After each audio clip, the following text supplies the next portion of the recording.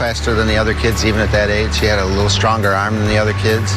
He was real unassuming. He was real quiet. He had leadership. He was a great kid to be around, always. And he had a focus from a very early age. There's a lot of stories out there, obviously, about the contracts he had to make with mom and dad to be able to do things. And he'd be there after practice. He'd be the one that would come up and say, practice is almost over. Can I stay afterwards and take ground balls? He had a focus that most people just don't have. Derek was a skinny guy, skinny legs, skinny arms, and he always came out the next day, no matter what kind of day he had at the plate, whether it was a good day or a bad day. He came out the next day. He was in the batting cage waiting, and he always had a smile on his face. It seemed like his confidence was just unshakable at the time. I remember a young kid that had an infectious personality. Young players gravitated to him. Older guys gravitated to him, so there was a lot there. People were always interested in what he had to say. He had a gold NY necklace around his neck, and if you ask him what that was for, he said, because I want to be the Yankees shortstop. Now, you can interpret that as this is a really brash, cocky kid, or you could interpret it as he's got focus, and he had that focus from a very early age, and it's never changed. Jeter's reputation as a focused and talented player continued to spread.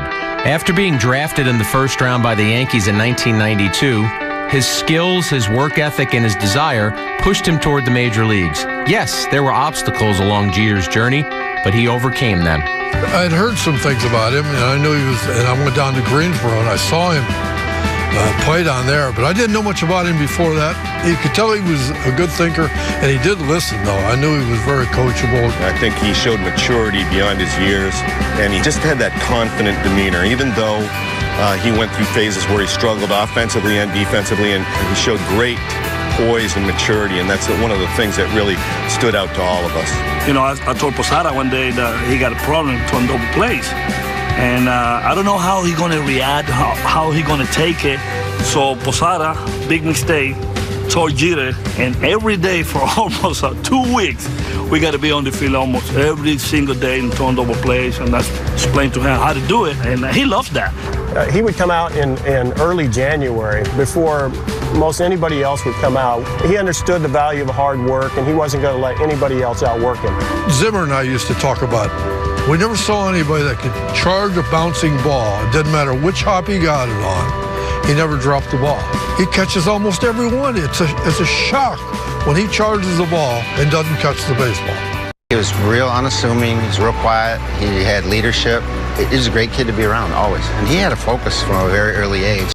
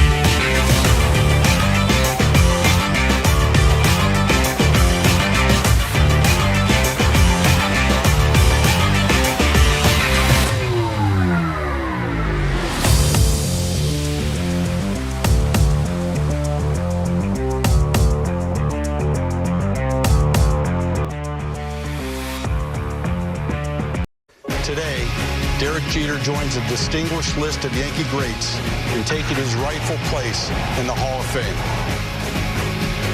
Well, Derek Jeter, the question was not if he'd get in, but how many votes would he get? And Jeter is in the Hall of Fame, falling one vote shy of unanimity.